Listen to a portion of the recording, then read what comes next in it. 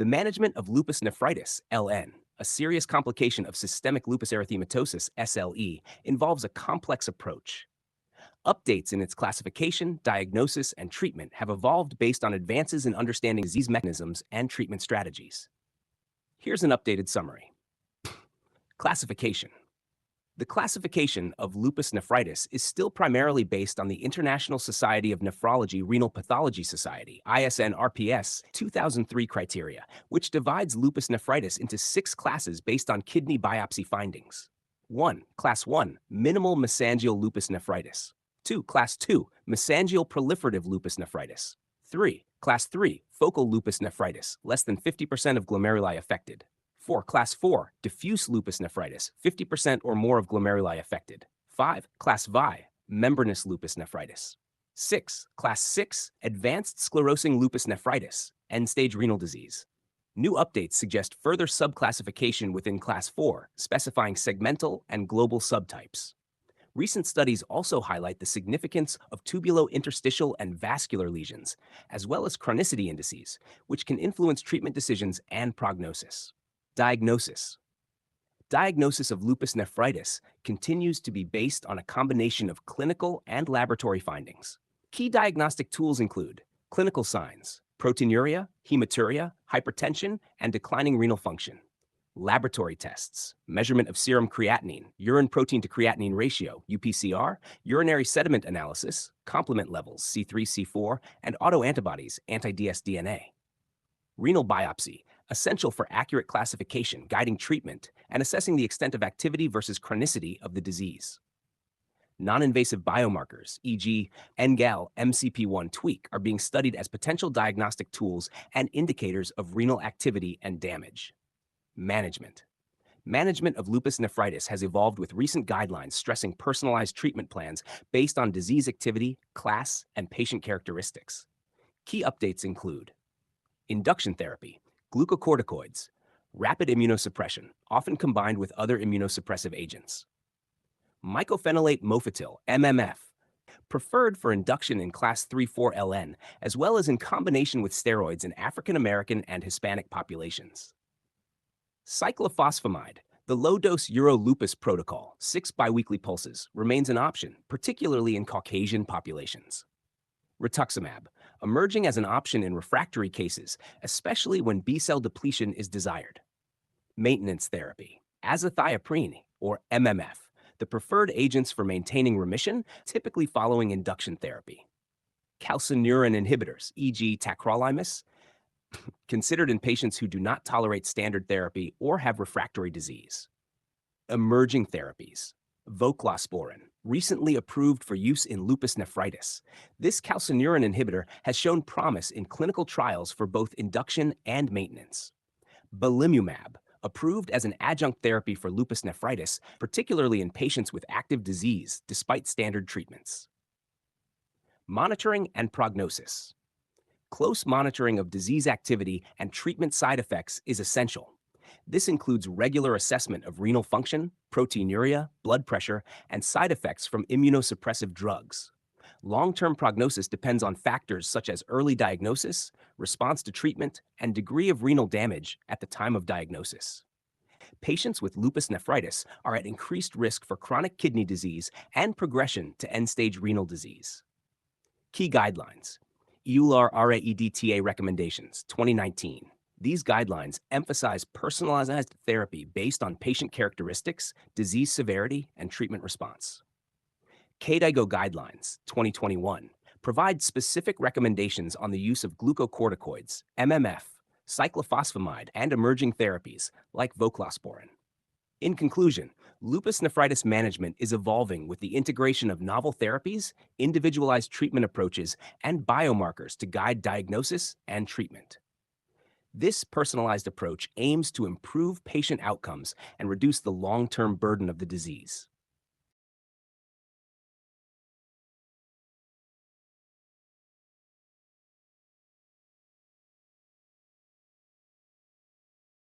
The classification of lupus nephritis, LN, is based on the histopathological findings from a kidney biopsy. This classification system, developed by the International Society of Nephrology Renal Pathology Society, ISN-RPS, in 2003, remains the cornerstone of LN diagnosis and guides treatment decisions. However, recent research has led to more nuanced insights into this classification, influencing treatment approaches and prognosis. Updated classification details: ISN-RPS 2003. The ISN-RPS classification system categorizes lupus nephritis into 6 classes, largely based on the pattern and severity of glomerular involvement seen on kidney biopsy. Recent updates and insights are provided for each class. Class 1: Minimal mesangial lupus nephritis. Features: minimal mesangial immune complex deposits seen on immunofluorescence or electron microscopy, but normal glomeruli on light microscopy. Clinical correlation: this class is often asymptomatic or presents with mild proteinuria. It has the best prognosis among the classes, and aggressive therapy is generally not required. Class 2: Mesangial proliferative lupus nephritis. Features: mesangial hypercellularity, proliferation of mesangial cells, along with mesangial immune complex deposits. Clinical correlation: patients may have mild proteinuria and hematuria, but usually do not have significant renal dysfunction. Treatment typically involves less aggressive immunosuppression compared to other classes. Class 3: Focal lupus nephritis. Features: active or chronic lesions in less than 50% of glomeruli. These lesions can be segmental, part of the glomerulus, or global, entire glomerulus. Subclassification: Class 3A, active lesions without sclerosis. Class 3AC, active lesions with chronic sclerotic changes. Class 3/C, purely chronic inactive lesions. Clinical correlation: symptoms include hematuria, proteinuria, and sometimes renal insufficiency. More aggressive treatment is needed than in Class 2, including immunosuppression. Class 4: Diffuse lupus nephritis. Features: active or chronic lesions in 50% or more of glomeruli. Like Class 3, lesions can be segmental or global. Subclassification: Class 4, segmental lesions. Class 4G, global lesions. Class 4A, active lesions without sclerosis. Class 4AC, active and chronic sclerotic lesions. Class 4C, chronic inactive lesions. Clinical correlation: this is the most severe form of lupus nephritis, often associated with nephrotic syndrome, rapidly progressive glomerulonephritis, and significant renal dysfunction. High-dose immunosuppressive therapy is required. Class V, membranous lupus nephritis. Features: subepithelial immune complex deposits along the glomerular basement membrane, leading to thickening of the capillary walls. Clinical correlation: this class is characterized by nephrotic syndrome with heavy proteinuria and hypoalbuminemia. However, renal function may remain normal until late in the disease. Treatment includes immunosuppression, though patients may also benefit from therapies targeting proteinuria, such as renin-angiotensin system blockers. Class V6, advanced sclerosing lupus nephritis. Features: global sclerosis of more than 90% of glomeruli, indicating advanced chronic kidney disease or end-stage renal disease. Clinical correlation: this class represents irreversible damage, and immunosuppressive therapy is generally not beneficial. Supportive care or renal replacement therapy, such as dialysis or transplantation, may be necessary. Recent updates and insights: recent studies and clinical guidelines have provided additional nuances to the classification of lupus nephritis, particularly regarding the prognostic significance of certain pathological features and the need for subclassification. Here are some key updates. 1. Tubulointerstitial and vascular lesions. The severity of tubulointerstitial inflammation and fibrosis, as well as vascular involvement, e.g., lupus vasculopathy, has emerged as important predictors of renal outcomes. These features may be added as separate considerations in the classification system to better predict prognosis and guide treatment. 2. Activity and chronicity indices. The ISN-RPS classification emphasizes histopathologic features of lupus nephritis. However, recent updates highlight the importance of quantifying activity, e.g., endocapillary hypercellularity, cellular crescents, and chronicity, e.g., glomerulosclerosis, interstitial fibrosis, indices in biopsy reports. This helps clinicians differentiate between reversible active disease and irreversible chronic damage, guiding decisions on the intensity of immunosuppression.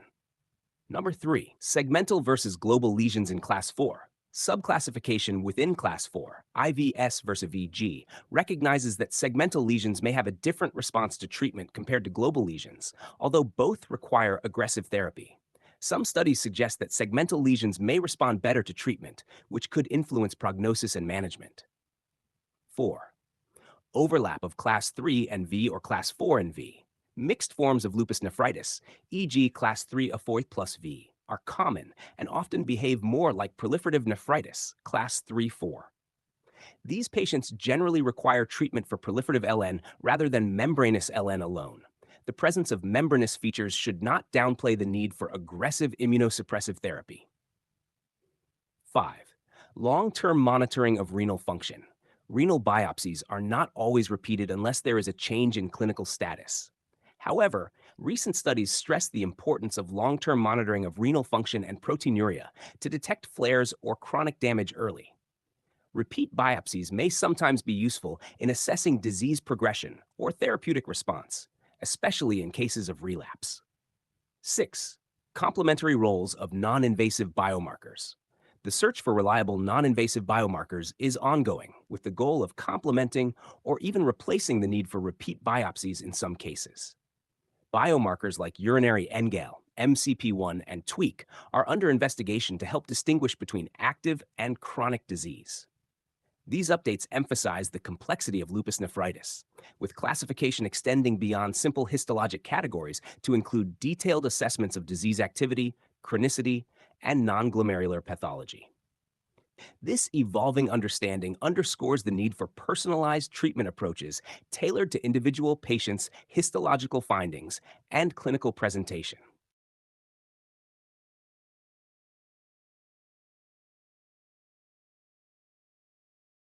The classification of lupus nephritis, LN, into different classes rather than grades or degrees is based on specific histopathological patterns of kidney involvement identified through renal biopsy. These classes reflect distinct types of glomerular damage caused by immune complex deposition in the kidneys, which guide treatment decisions and predict outcomes. The system most commonly used for this classification is the International Society of Nephrology Renal Pathology Society, ISN RPS 2003 classification. Why classes and not grades or degrees? 1. Histopathological patterns. The term class is used because lupus nephritis is categorized based on the specific patterns of glomerular involvement seen under a microscope during a renal biopsy. These patterns correspond to different mechanisms of injury within the kidney, leading to distinct classes of disease. Each class represents a different type of kidney involvement, e.g., mesangial, proliferative, membranous, rather than a continuum of severity, which is what grades or degrees typically imply. 2. Distinct clinical and prognostic implications. Each class of lupus nephritis has its own clinical implications, treatment approach, and prognosis. For example, Class 2, mesangial proliferative LN, is generally mild and may not require aggressive treatment, whereas Class 4, diffuse proliferative LN, is more severe and often requires intensive immunosuppression. Because each class has different implications, it is treated as a distinct category rather than as part of a graded or linear spectrum. 3. Nonlinear progression. The progression from one class to another is not necessarily linear. For example, a patient with Class 3 focal lupus nephritis does not necessarily progress to Class 4 diffuse lupus nephritis. Similarly, a patient with Class 5 membranous lupus nephritis may not have had any preceding classes. This reinforces the need for a classification system rather than a grading system, which would imply a stepwise progression of severity. 4. Combination of active and chronic lesions. Within each class, there can be varying amounts of active, e.g., inflammation, and chronic, e.g., scarring lesions. This is often graded separately using activity and chronicity indices, but the overall classification into classes remains distinct. A grading system would not effectively capture the presence of these mixed lesion types, which is why classes are used. ISS.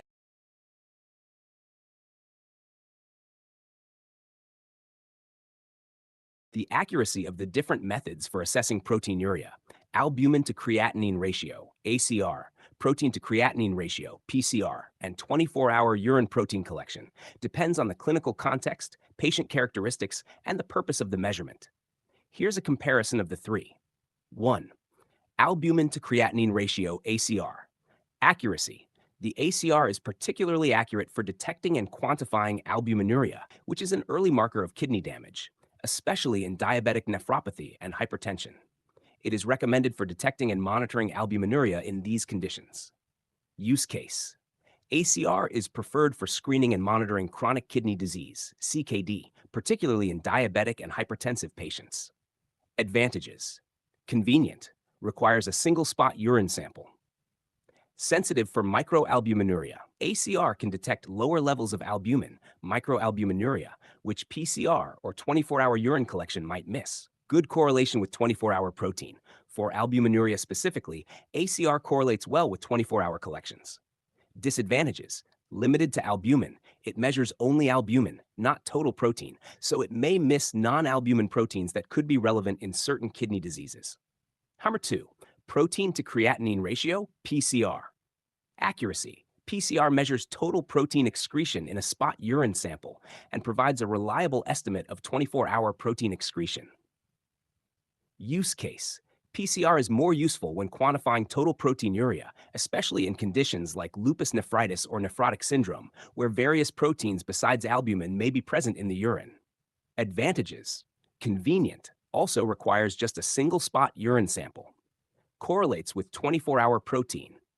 Provides a reliable estimate of total proteinuria, correlating well with 24-hour urine protein. Disadvantages. Less sensitive for early kidney damage. It may not detect early kidney damage as well as ACR, particularly in the case of microalbuminuria. 3. 24-hour urine protein collection. Accuracy. This method is considered the gold standard for quantifying total protein excretion. It provides a direct measurement of the total amount of protein excreted in urine over 24 hours. Use case. It is often used when precise quantification of proteinuria is needed, especially in conditions with high levels of protein excretion like nephrotic syndrome, or when diagnosing and monitoring diseases like lupus nephritis. Advantages. Comprehensive. Measures total protein excretion over an entire day, including all protein types, not just albumin. Gold standard, historically considered the most accurate for total protein quantification. Disadvantages. Inconvenient. Requires the patient to collect urine over a full 24-hour period, which can be cumbersome and prone to collection errors, e.g. missed urine. Variability.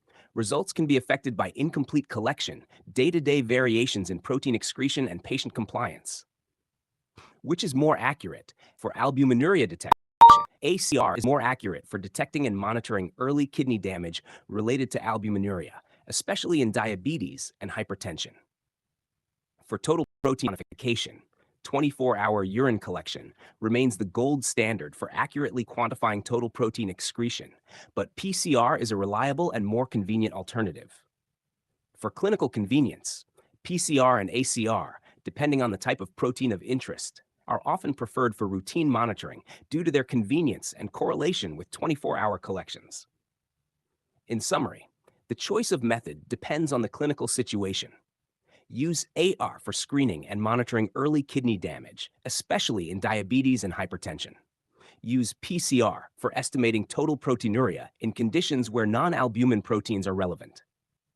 Use 24-hour urine protein collection when an accurate and comprehensive measure of proteinuria is necessary, especially in severe proteinuric conditions like nephrotic syndrome.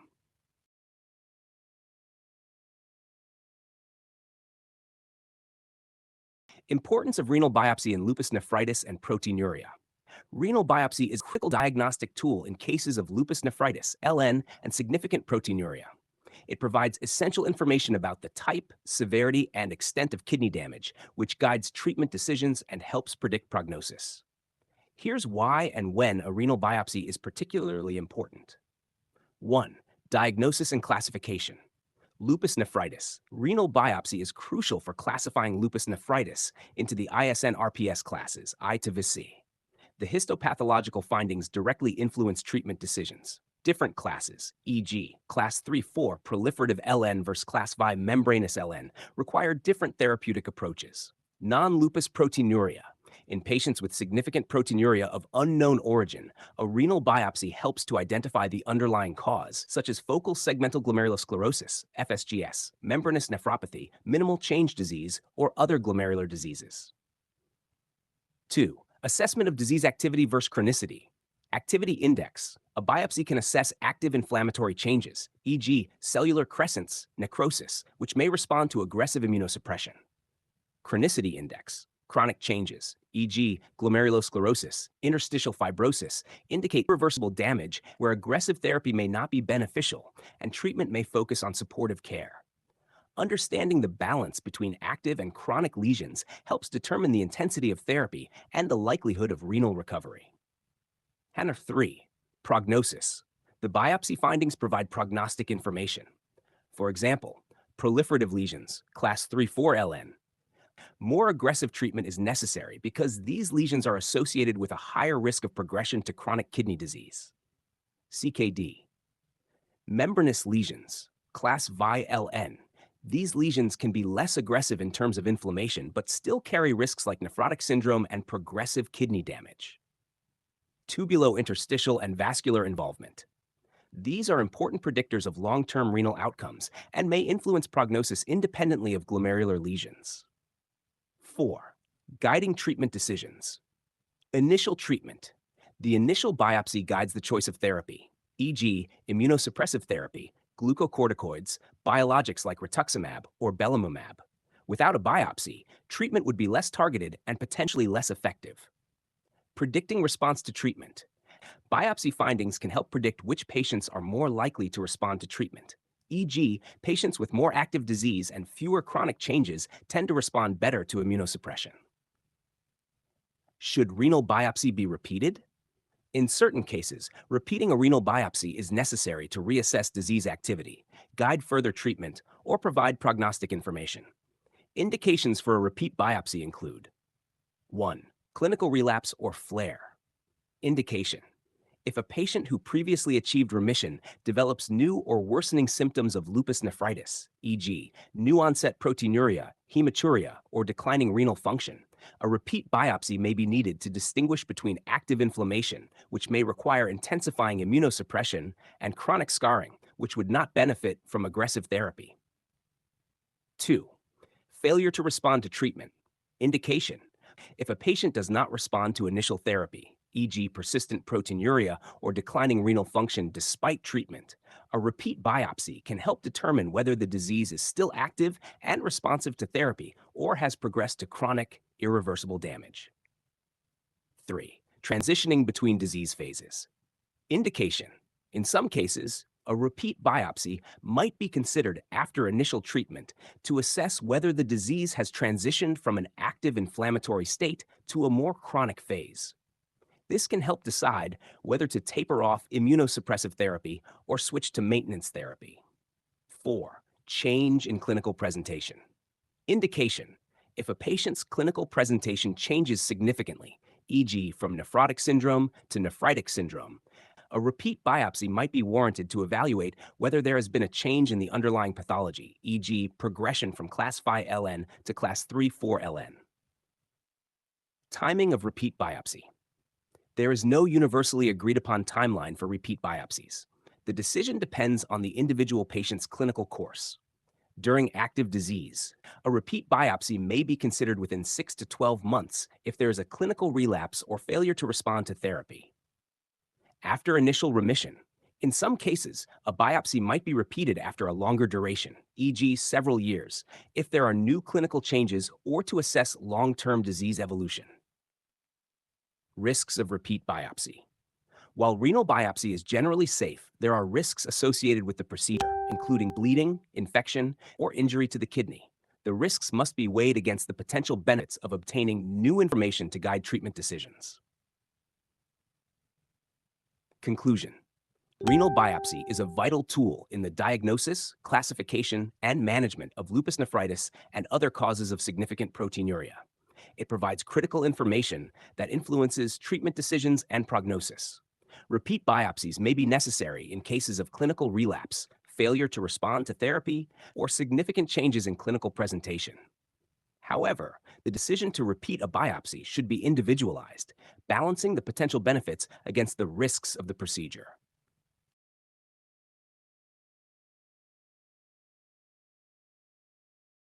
Treatment guidelines for lupus nephritis (LN) have been updated to reflect advances in therapies and a more personalized approach to patient management. These updates include new medications, modifications to existing protocols, and a stronger emphasis on tailoring treatment to specific lupus nephritis classes and individual patient characteristics. Updated treatment guidelines for lupus nephritis 2023 to 2024. 1. General approach. Class 1 and 2 lupus nephritis typically do not require aggressive immunosuppressive therapy. Patients are usually managed with supportive care, including angiotensin-converting enzyme ACE inhibitors or angiotensin receptor blockers ARBs to control blood pressure and reduce proteinuria. Hydroxychloroquine (HCQ) is recommended for all patients with systemic lupus erythematosus (SLE) unless contraindicated. Number 2. Class 3 and 4 lupus nephritis, proliferative forms. These are the most severe and aggressive forms of lupus nephritis, requiring prompt and intensive treatment. The goal is to induce remission and prevent progression to chronic kidney disease, CKD. Induction therapy, glucocorticoids, high-dose corticosteroids, oral prednisone or IV methylprednisolone, are used initially to control inflammation. The dose is tapered over several months, depending on clinical response and side effects. Mycophenolate mofetil, MMF, preferred for induction therapy, particularly in non-Caucasian populations, African American and Hispanic patients who may have better responses to MMF. The typical starting dose is 2 to 3 grams per day. Cyclophosphamide, the Euro-Lupus regimen, low-dose IV cyclophosphamide, 500 milligrams every 2 weeks for 6 doses, is an alternative, especially in Caucasian populations. The NIH regimen, higher-dose cyclophosphamide, is also used, but less commonly. Rituximab, B-cell depletion therapy with rituximab may be considered in refractory cases, particularly when standard induction therapy fails. It's often used off-label, but has gained traction based on accumulating evidence. Emerging options. Voclosporin. A new calcineurin inhibitor, voclosporin, was approved for use in lupus nephritis in 2021.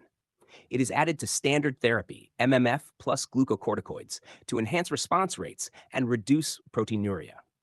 The Aurora trial demonstrated its efficacy in improving renal outcomes when combined with MMF. Belimumab, approved as an adjunct therapy in lupus nephritis, belimumab, an anti-BAFF monoclonal antibody, has shown benefit when added to standard treatment regimens, particularly in patients with proliferative LN who remain active despite induction therapy. 3. Class V lupus nephritis membranous form. Class VI-LN primarily manifests as nephrotic syndrome, and treatment strategies differ from proliferative forms. Initial therapy, MMF 2 to 3 grams per day, plus glucocorticoids is recommended as first-line therapy. Calcineurin inhibitors, e.g. tacrolimus, can be considered for patients with contraindications to MMF or those who do not respond adequately to MMF. Steroid-sparing options. Voclosporin is also an option in Class V-LN, particularly in patients with high proteinuria. ACE inhibitors, these should be used to control blood pressure and reduce proteinuria. 4. Class 6 lupus nephritis advanced sclerosing, management. In Class 6 LN, where there is irreversible damage, aggressive immunosuppressive therapy is not beneficial. Management focuses on supportive care, controlling blood pressure, and preparing for potential renal replacement therapy, dialysis or transplantation. 5. Maintenance therapy. The goal of maintenance therapy is to sustain remission and prevent relapses following induction therapy. This phase typically lasts several years and is tailored to individual patient needs. Mycophenolate mofetil, MMF, preferred maintenance therapy at a lower dose, 1 to 2 grams per day after successful induction. Azathioprine, AZA, an alternative to MMF, particularly in patients planning pregnancy, as it is considered safer in pregnancy compared to MMF. Calcineurin inhibitors, e.g. tacrolimus. These may be used in combination with MMF in patients who require additional therapy to prevent relapse or who cannot tolerate standard maintenance therapies. Belimumab. Continued use of belimumab in the maintenance phase can be beneficial for preventing flares in patients who responded well during induction. Number 6, adjunctive therapies, hydroxychloroquine. All patients with SLE, including those with lupus nephritis, should be on HCQ unless contraindicated. HCQ has been shown to reduce flares and improve long-term outcomes. ACE inhibitors, ARBs, used to control blood pressure and reduce proteinuria. They are essential in managing patients with significant proteinuria or hypertension. Antihypertensive therapy. Blood pressure control is crucial in reducing the risk of CKD progression. The target BP in LN patients is generally 130/80 mmHg. Statins. Consider statin therapy in patients with dyslipidemia, particularly those with nephrotic range proteinuria, to reduce cardiovascular risk. 7. Special populations. Pregnancy. Lupus nephritis poses significant risks during pregnancy, including preeclampsia and preterm delivery.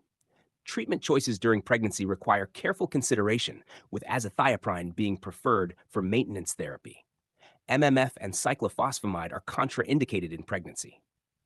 Refractory lupus nephritis. For patients who do not respond to standard induction therapy, rituximab, calcineurin inhibitors, or newer biologics like belimumab or voclosporin can be considered. 8. Monitoring. Regular monitoring. Patients should be monitored regularly with serum creatinine, urine protein to creatinine ratio, PCR, and complement levels, C3, C4, to assess disease activity and treatment response. Monitoring should be more frequent during induction therapy and less frequent during maintenance phases. Biomarkers. Novel biomarkers like urinary NGAL and MCP1 are being investigated to help predict relapses and monitor treatment response, though they are not yet part of routine clinical practice. 9. Long-term considerations.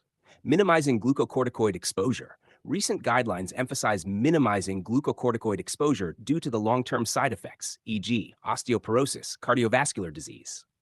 Rapid tapering of steroids is advised once disease control is achieved. Lifestyle modifications. Encourage patients to maintain a healthy lifestyle, including dietary modifications, regular exercise, and smoking cessation to reduce cardiovascular risk and CKD progression. Key guidelines. EULAR ERA-ED-Teen emphasizes individualized treatment strategies based on the severity of disease and patient characteristics.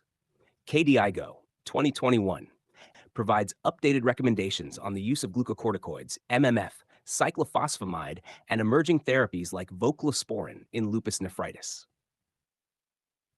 Conclusion. The treatment of lupus nephritis has become more tailored and advanced with the incorporation of newer therapies like voclosporin and belimumab, alongside established treatments like MMF and cyclophosphamide. The emphasis on individualized care, minimizing steroid exposure, and careful long-term monitoring is key to improving patient outcomes and reducing the progression to chronic kidney disease.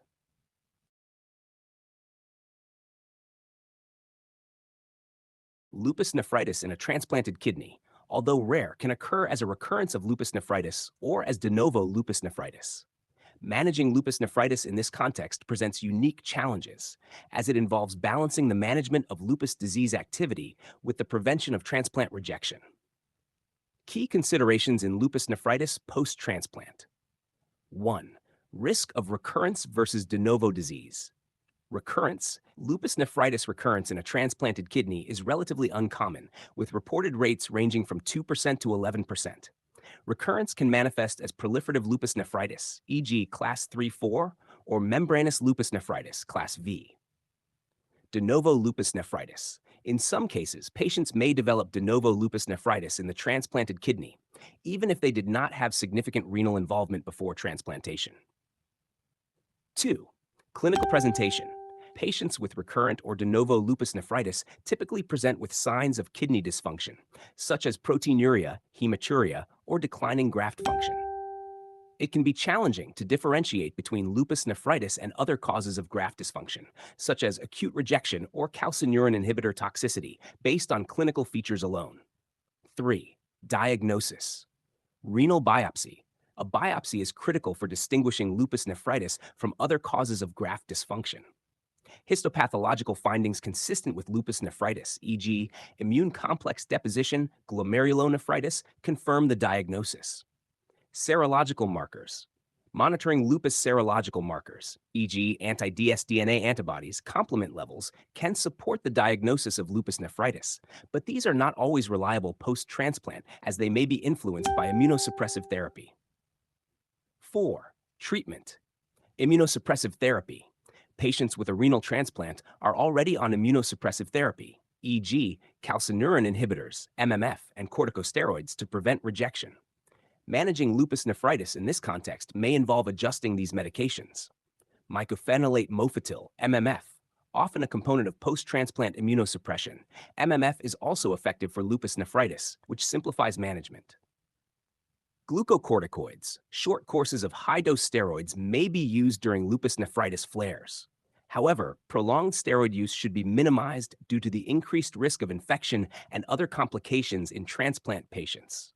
Calcineurin inhibitors, drugs like tacrolimus or cyclosporin, used for transplant maintenance, may also have a role in treating lupus nephritis, especially in class 5 disease. However, their nephrotoxicity must be monitored closely. Biologics. Agents like rituximab or belimumab may be considered in refractory cases, but their use in transplant patients requires careful monitoring due to the increased risk of infection and impact on graft survival. Monitoring. Graft function. Regular monitoring of serum creatinine and urine protein levels is essential to detect any signs of recurrent or new-onset lupus nephritis.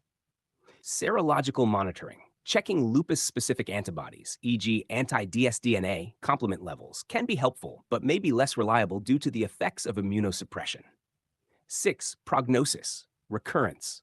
The prognosis of lupus nephritis in a transplanted kidney depends on the severity of the recurrence and the promptness of treatment. In many cases, recurrent lupus nephritis can be managed successfully with adjustments in immunosuppression, although some patients may experience progressive graft dysfunction. Graft survival.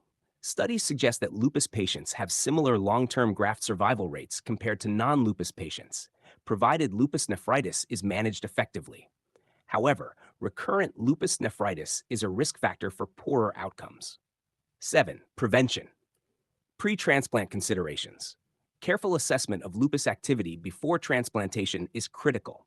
Achieving remission or low disease activity before transplantation reduces the risk of recurrence in the transplanted kidney. Post-transplant immunosuppression. Maintenance immunosuppression strategies should aim to balance the control of lupus activity with the prevention of rejection. Regular follow-up and early intervention in case of disease recurrence are key to optimizing outcomes. Conclusion.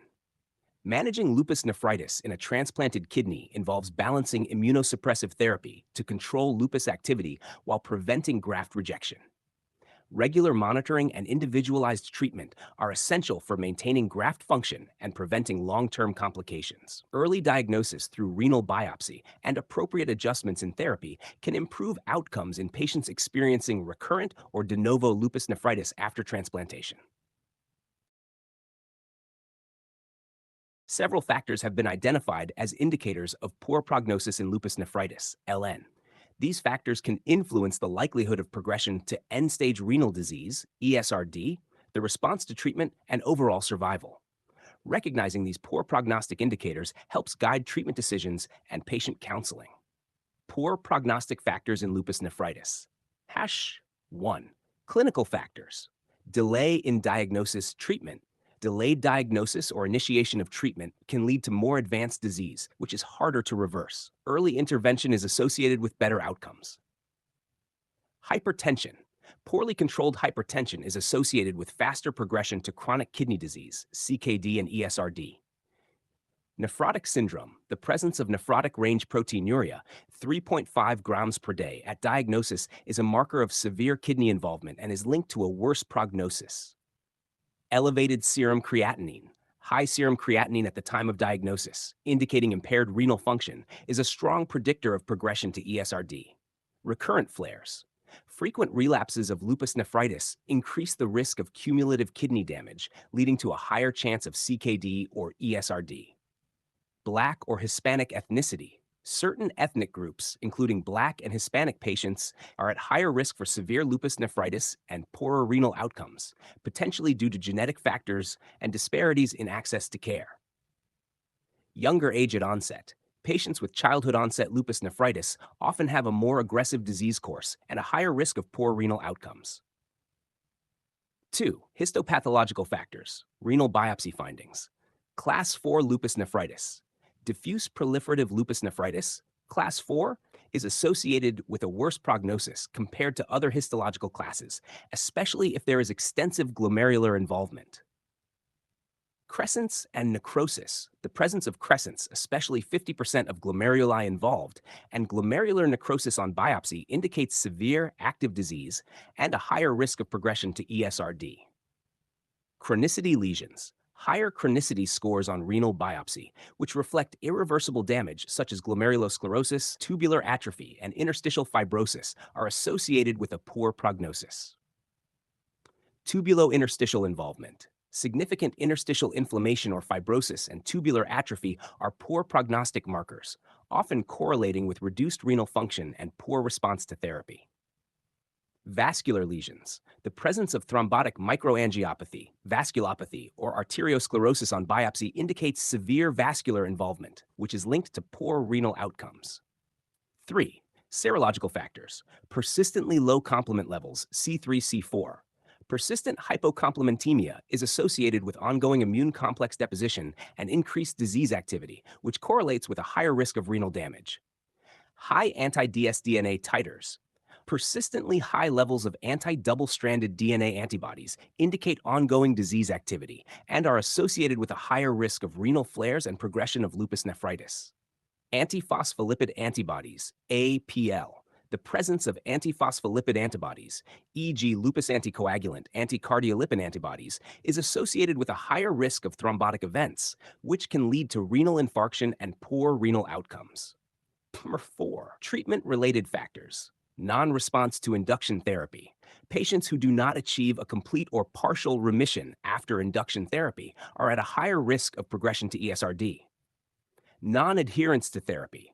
Poor adherence to prescribed immunosuppressive regimens is a significant risk factor for treatment failure and disease progression.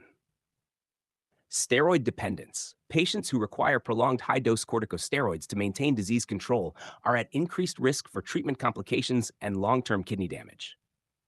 Drug toxicity. Toxicity from immunosuppressive agents, such as calcineurin inhibitor nephrotoxicity, can worsen kidney function and contribute to a poor prognosis. Shara 5. Other factors. Socioeconomic status. Patients with lower socioeconomic status may have limited access to healthcare, delayed diagnoses, and poor treatment adherence, all of which contribute to worse outcomes. Infection. Frequent infections, often a consequence of immunosuppression, can complicate lupus nephritis management and lead to poor outcomes. Summary. The prognosis in lupus nephritis depends on a combination of clinical, histopathological, serological, and treatment-related factors. Identifying these poor prognostic indicators early can help guide more aggressive treatment and close monitoring to improve patient outcomes. However, despite the presence of these risk factors, individualized and timely intervention can still mitigate progression to ESRD and improve long-term survival.